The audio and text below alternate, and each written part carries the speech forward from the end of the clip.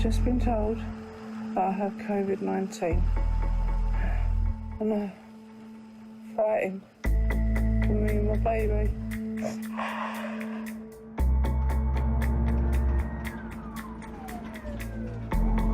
Приехали, забрали и везли с мигалками, как будто я вот прямо сейчас умираю. They told me that I was highly contagious. I kind of went into panic mode. I cannot describe the pain on your chest. The burning on your chest is unbelievable. I was on the floor some days in my bathroom, you know, crying, praying. Un poquito más, ya estamos, ¿eh? ¿Duele? Sí, ay, ya está. Полный апокалипсис. Доллар упал. Коронавирус всех забомбил. Вспоминаю «Марсианина».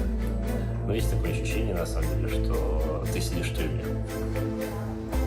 There was so many times that I honestly thought, well, this is it. I have to do this now. Push myself. I've got to do this for me and the baby. I've got to. I've got to.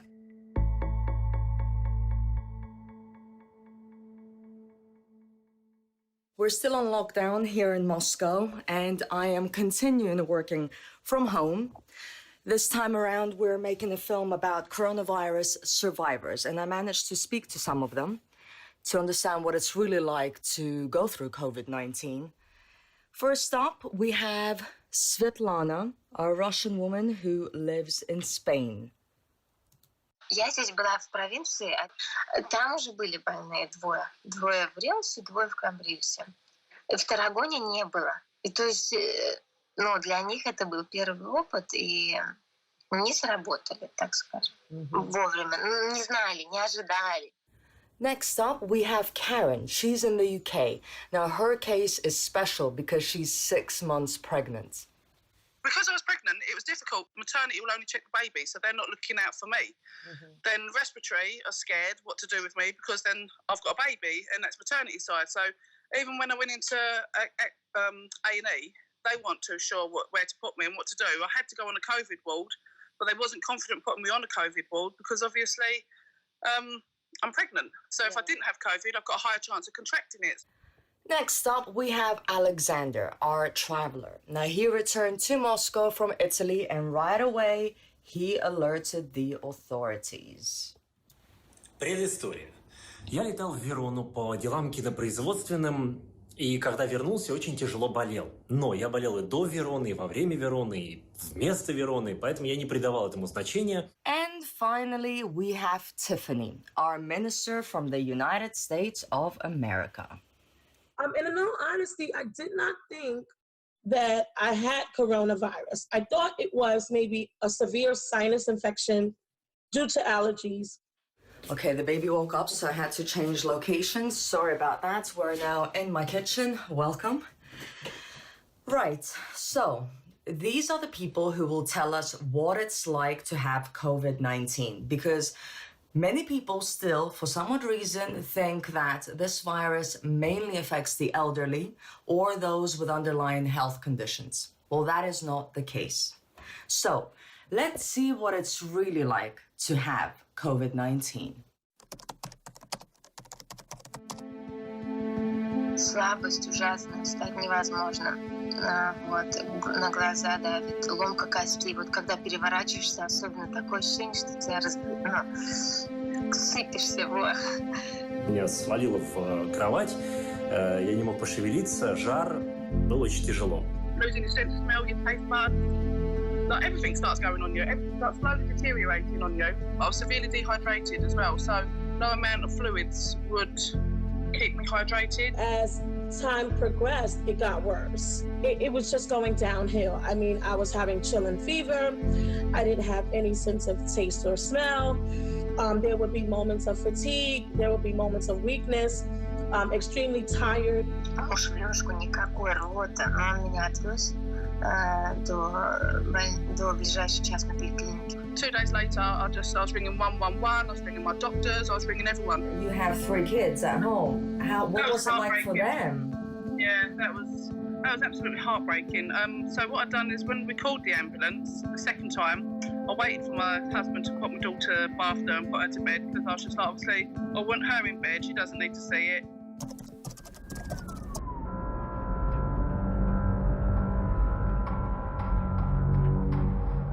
А на тот момент, еще раз, это было прям эксклюзивно, потому что буквально 7-9 человек вообще болели этой болезнью.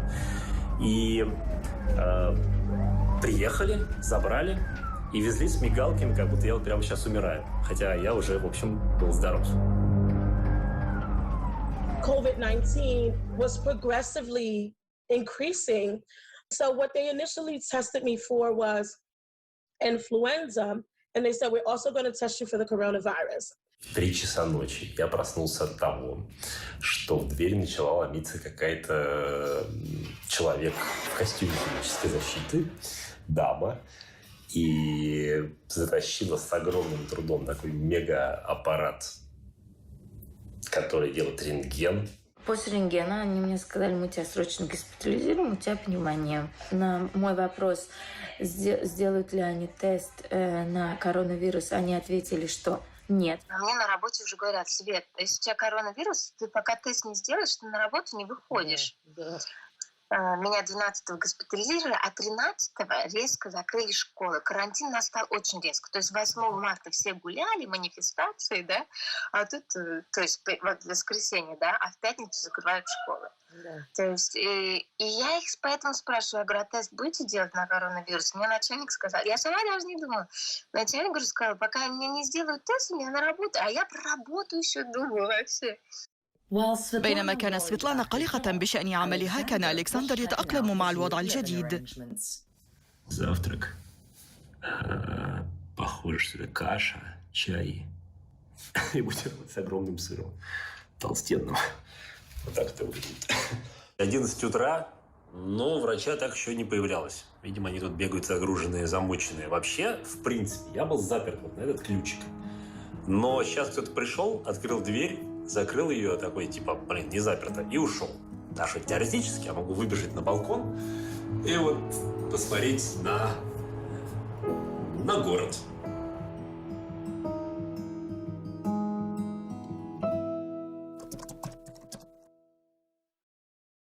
В этот же вечер пришел врач, сказал, мы, скорее всего, у тебя возьмем пробу на коронавирус на всякий случай. Я sei. Un poquito más, ya estamos, ¿eh? ¿Duele? Sí. Ay, ya está. You've seen it. It was absolutely horrid. It is horrible. I swear they hit the back of my head when they stick that stick up there. It was horrible. Honestly, it's brutal. I was just like, oh. And then it's up both nostrils and back of your throat. And that's 4 days before my results come through. At that time, the test results were not immediate. They said if it was influenza, I would know the next day. But if it was COVID-19, I would not know for a couple of days. I don't know where I'll go in. But I'm very ill. And I'm telling you now, if you're going to meet your friends for a stupid beer and they'll say, well, because the weather's nice, you're going to take this home and you're going to kill someone, one of your family members. Every last energy, every last ounce of you that you had was taking yourself to the toilet. It was horrific. I couldn't even get to the toilet and back anymore without just losing every part of me. The antibiotics is the main thing that's fighting the pneumonia, but you have to fight the COVID. عندما كانت كارين تصارع الفيروس وحيدة في المستشفى، أرسلوا تيفاني إلى البيت لانتظار نتائج التحاليل. I was on the floor some days in my bathroom, crying, praying, not knowing what the outcome was going to be, but knowing I was not myself. And I'm a very energetic, person. And so it was severe. Но вообще какой-то полный трындец. Полный апокалипсис. Что вообще происходит? Доллар упал. Коронавирус всех забомбил. Да еще и сейчас будет какой-то сильный ветер, из-за которого прерывают телепередачу. И, понимаешь, на всю Россию об этом сообщили.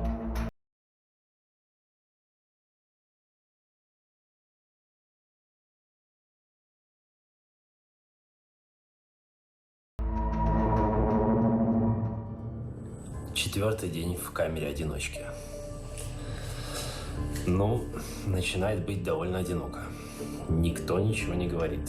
Нет никаких данных. Даже самые первые анализы, их результаты мне никто не сообщает. Ну, такое. Вспоминаю «Марсианина». Только вот вроде планета здесь. Но есть такое ощущение, на самом деле, что ты сидишь в тюрьме. Как бы вся жизнь вот, за стеной. И ты вроде ничего не совершил. Но не факт, что ты увидишь Землю скоро своими глазами. Такое. I've just been told I have COVID-19 and I've been ill for 2 weeks. I've been in hospital now since Saturday and today is Wednesday. I have pneumonia on both lungs and I'm fighting for me and my baby. В субботу ночью, в 2 ночи они меня разбудили, сообщили, что зашли все такие в скафандрах, то есть до этого можно было просто в масочке, а узнали, что у меня коронавирус, зашли в скафандрах. So once it was confirmed on that Saturday, then what happened? What was the process then? The process then was for me to isolate, to quarantine for 14 days. They told me that I was highly contagious. And so they said that I could not interact with anyone. And I explained to them, well, I have children, you know, it's kind of hard to do that. So for me, I kind of went into panic mode, you know, even though I did not feel well. To the best of my ability, I started disinfecting the house. Luckily, I do have 2 restrooms in my home, and my children have their own bathroom. So the only room that we really were sharing was the kitchen. And so I just was trying my best to disinfect those areas. And then I self-quarantined for 14 days. Как бы там ни было, новости такие, что я официально подтвердили, что я действительно болел коронавирусом. Вообще довольно забавно, что я не видел здесь ни одного лица, и я не знаю их имен. Я не знаю, с кем я контактирую, и если я встречу их потом на улице, я их не узнаю. Странное чувство. Естественно, мне было страшно, во-первых, за себя. То, что меня сейчас будут лечить, лечения нет, меня сейчас будут лечить не пойми чем, что я буду подопытный кролик и так далее. 3 раза в день мне замеряют температуру, давление, достаток кислорода, я не знаю, как по-другому это назвать, и ставят капельницы с парацетамолом и 3 раза в день. И 1 раз в день, там 500 миллилитров капельницы левофлоксин называется, антибиотик. Мне делают уколы, они называют на испанском гепарином. Очень, кстати, болючие такие, в живот колят. Еще мне принесли игрушку, такую дыхательной гимнастики. Цель — удержать вот эти шары наверху. Примерно так это выглядит, после чего я начинаю жутко кашлять, потому что 3-й шар нужно поднять, он у меня пока не поднимается. So, this is the first time I have sat up in, I get all confused, 2 days. I've now come off the oxygen and this is my breathing now. It is absolutely incredible. This is me sitting up. Yeah. This is me sitting up after a minute. Like, it's unbelievable. I have to do this now and push myself because I've got to do this for me and the baby. I've got to. There was so many times that I honestly thought, well, this is it. I even messaged my sister to just like give her a big like goodbye message, like we was really close, and she was just no, bring them back on the phone. Don't be so stupid, rah, rah, rah, rah, you know, like because I thought this is it. Like I can't fight any longer. Разузнал, что мне тут дают. Значит, вот эти желтые штуки – это антибиотики. Вот эта белая штука, это для того, чтобы мокрота отходила, когда кашляешь. Хотя я не кашляю, и у меня ничего не отходит. И еще, короче, среди вот этих двух одна есть, которая против аллергии.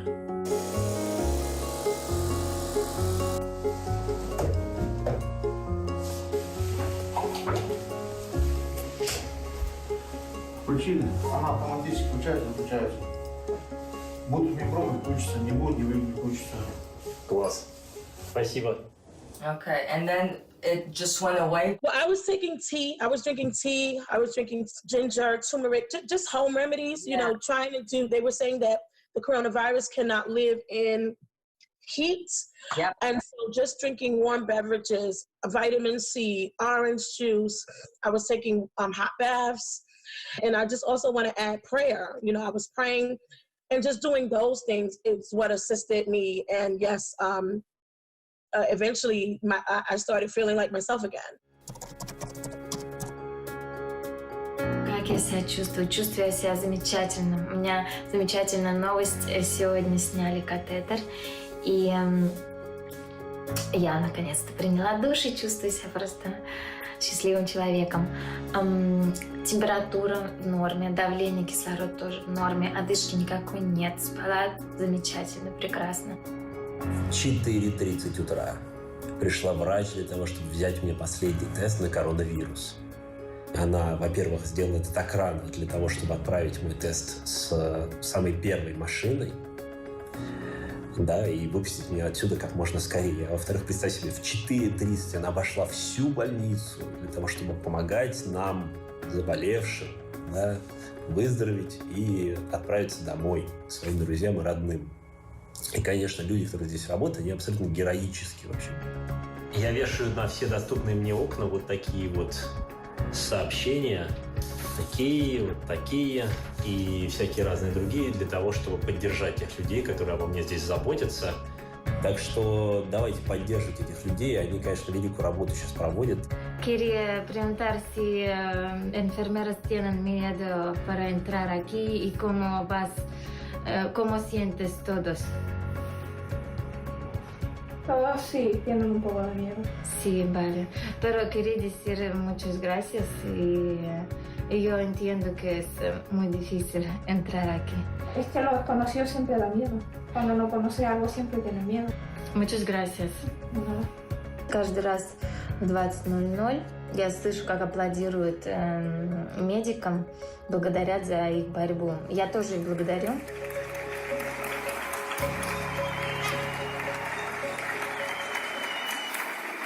And I'm sure you could see even from the nurses and the doctors, they're also overworked and so tired, and you could see it in them probably, that the situation is dire. They're ran ragged. Like, you literally press the buzzer and you can be sitting there waiting half hour for someone to come and help you. And then when they're coming along, they've obviously got to kit up. So it's a good 10-15 minutes sometimes whilst they're putting all their like PPE on to be able to come and help you. Yeah. Which is scary, because when you're needing help, you want someone to come in and help you straight away. They're dealing with the ward, like, or other patients, or they've got to kit up. Like, it is scary. Like, you're on your own the entire time. The isolation side of things is unbelievable. When did you start feeling like yourself again? The middle of the third week, going into the last week of March, I started feeling like myself. And that's when they had called me in to retest me.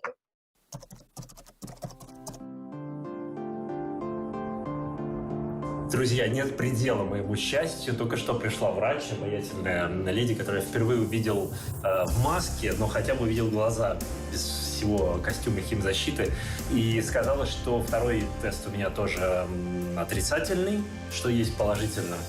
И меня отпускают. Hello everyone. So excited. I've just got the news that I'm going home to my babies and my husband. I've been so ill since the 12th of March. And I get to go home. I'm back in isolation for another week, but I don't care. I get to go home, see my baby's faces. I can't touch them and I can't kiss them still. But I get to go home. I'm so excited. I've got a long road ahead of me, still to recover. But I'm coming home. Я спешу сообщить, что у меня нет коронавируса. Тест негатив. Внимание. Подпись врача, все официально. Меня выписывают. Ура! Так, сказали обработать данным дезинфицирующим средством. Написать все личные предметы. Вот. Которые буду забирать с собой. Very early in the morning, I received a phone call from a doctor saying, you know, we have amazing news. And she said, and Ms. Pinkney, you don't have the coronavirus. But seemingly what's going on is that your body, your blood is producing antibodies at a rapid pace. They took about 600 milliliters of blood, and from that they extracted plasma with the hopes that it would in fact help someone who was in an extremely severe case.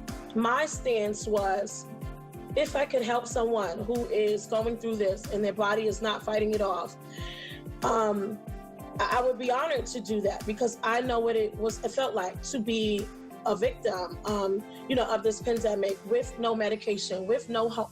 На самом деле я буду скучать. Вы, конечно, сейчас будете иронизировать на эту тему, но на самом деле это был мой дом. И за 2 недели я к нему привык. Конечно, я бегу к своей семье и к своим друзьям на волю, но я буду помнить это место. Оно было классно. Спасибо всем размером со слона. Пока. Первый раз вышла в город после 13-дневного заточения. Вот. Но очень удивляет, вообще никого нет на улицах. Просто как будто вымерший город. Вот смотрите, это центр Таррагоны. Сейчас примерно 10 вечера. Ни души. Вот это здание, оно и есть. I actually felt like not the moment when I stepped outside, but the moment when the wind hit my face. That was first like moment when I actually felt free. And even though it was like cold wind, freezing wind, it was like the best wind I ever had in my life, you know. A friend of mine said you survived a biological weapon. But the most important thing is that you become a biological weapon. Like, stay away from people.